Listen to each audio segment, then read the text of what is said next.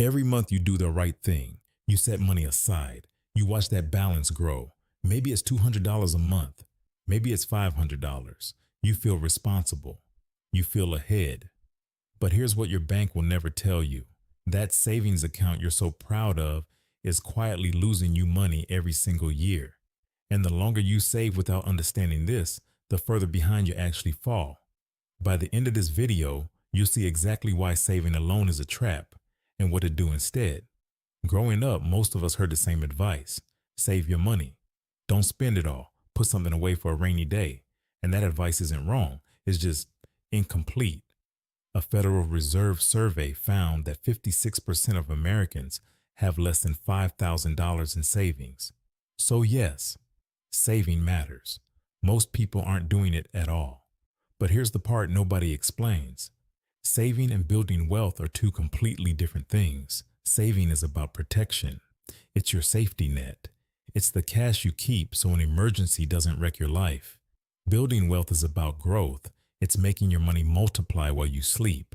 The problem is, most people think saving is the wealth plan.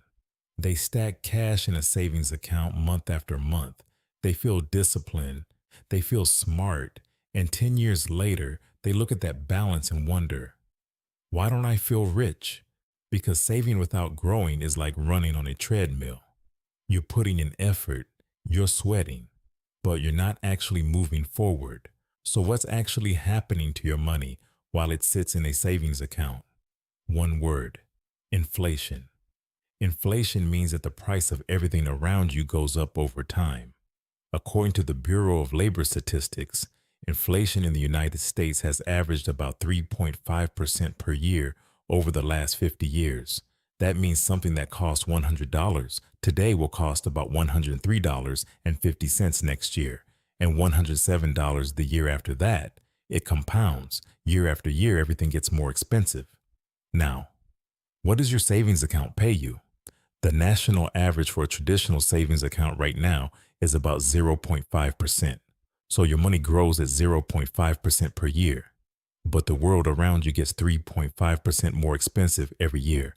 That's a 3% gap every single year. Your money is losing about 3% of its purchasing power just by sitting there. Think about it this way. You saved $10,000 this year. You feel great. A year from now, that $10,000 can only buy what $9,700 could have bought today.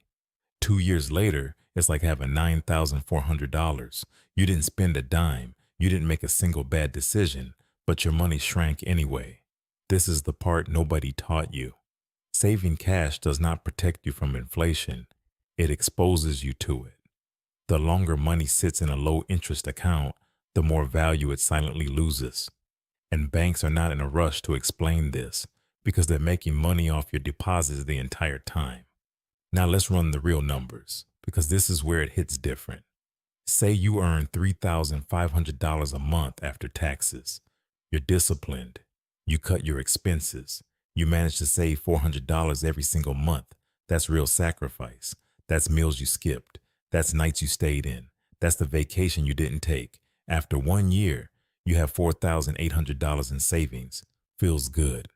After 5 years, $24,000. After 10 years, $48,000. After 20 years of saving $400 every month without missing once, you have $96,000. That's 2 full decades of discipline.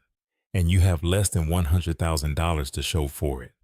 Now, let's look at the exact same person, same income, same $400 a month, but instead of letting it sit in a savings account at 0.5%, they put it into a broad market index fund. That's a basket of stocks that tracks the overall market. Over the past 30 years, the S&P 500 has averaged about 10% annual return. So your $400 a month goes in the same way. Same sacrifice, same discipline. After 1 year, you have about $5,000. Not much difference yet. After 5 years, $31,000. That's $7,000 more than the saver. Still small. But after 10 years, $82,000. The saver has $48,000. You have $82,000, a $34,000 gap, and you didn't earn a single extra dollar. Now here's where it gets wild. After 20 years, the saver has $96,000, But you have over $303,000. Let that sink in. Same paycheck, same $400 a month, same sacrifice. The only difference is where you put the money. The gap is $207,000. That's not a small difference. That's a house. That's your kid's education. That's retiring 5 years earlier, and all of it came from one single decision, letting your money grow instead of just sit. So if investing is this much more powerful, why doesn't everyone do it? Because the system doesn't want you to. Think about who benefits when you keep your money in a savings account. Your bank takes your deposits and lends that money out to other people. They charge those borrowers 7%, 15%, sometimes 24% interest, and they pay you 0.5% for the privilege of using your money. That's the business model. Your cash is their product. According to the FDIC, banks earned over $260 billion in net income in 2023. A massive chunk of that came from the gap between what they pay you and what they charge borrowers. Now think about financial education in this country. A study from the Council for Economic Education found that only 25 states require any personal finance course in high school. Not all 50, only 25. And even in those states, the curriculum barely touches investing. It covers savings accounts. It covers checking accounts. It covers budgeting. But the one skill that actually builds wealth over time gets maybe one class period. That's not an accident. The financial industry spends over $17 billion a year on advertising. They market savings products. They market credit cards. They market loans. They do not spend $17 billion teaching you how to grow your own money. Because when your money grows on its own, they make less of it. Now, the biggest objection you'll hear is this: investing is risky. You could lose everything. And that fear is real. It's valid. The stock market does go down. Sometimes it crashes hard. In 2008, the market dropped over 50%. In 2020, it dropped 34% in a single month. Those numbers are scary. But here's what the fear leaves out. After every single crash in the history of the U.S. stock market, it recovered. And then it went higher. The S&P 500 has never had a 20-year period where it lost money. Not once. Not during the Great Depression. Not during the dot-com bust. Not during 2008. If you stay invested for 20 years, history says you win. Every single time. The risk isn't investing. The risk is not investing and letting inflation eat your savings for decades. So here's your 3-step starter plan. Step 1. Build a $1,500 emergency cushion first. That's your safety net. Keep that in a savings account where you can access it fast. Step 2. Open a retirement account. Many employers offer one with a match. That match is free money. If your employer puts in 3% and you don't contribute, you just gave away 3% of your salary. Step 3. Set up an automatic transfer. Even $50 a month into a low-cost index fund. You don't need to pick stocks. You don't need to watch the market. You set it and let time do the heavy lifting. The key is starting. Not starting big, just starting. 2 people. Both making $3,500 a month after taxes. Same city, same rent, same bills. Both manage to set aside $400 a month. Person A does what they were taught. They save. Every month, $400 goes into a savings account, earning 0.5%. They never miss a month. They're disciplined and consistent. After 5 years, person A has about $24,300. After 10 years, $49,000. They feel okay about it.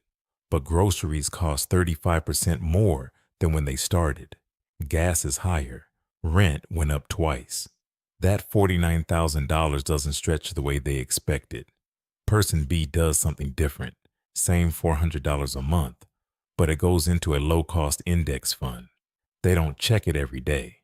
They don't panic when the market dips. They just let it ride. After 5 years, person B has about $31,000. After 10 years, $82,000. Person A has $49,000. Person B has $82,000. That's a $33,000 gap in just 10 years. And here's what most people miss. The gap doesn't shrink over time. It explodes. At year 15, person A has about $74,000. Person B has over $160,000. At year 20, person A has $96,000. Person B crosses $303,000. Same job, same paycheck, same sacrifice every single month. The only difference is what they knew. Person B understood that saving protects you, but investing is what builds you. You're not just a saver anymore. You're someone who understands that saving is the foundation, but growing is the plan. This is not your fault. Nobody taught you this. The school system skipped it. The banks benefited from your silence, but now you know. And knowing changes everything. Start with $50 a month. Start with whatever you have. Just start. Because 10 years from now, you'll either wish you had or be glad you did. Subscribe. Because nobody taught us this about money. So let's talk about it.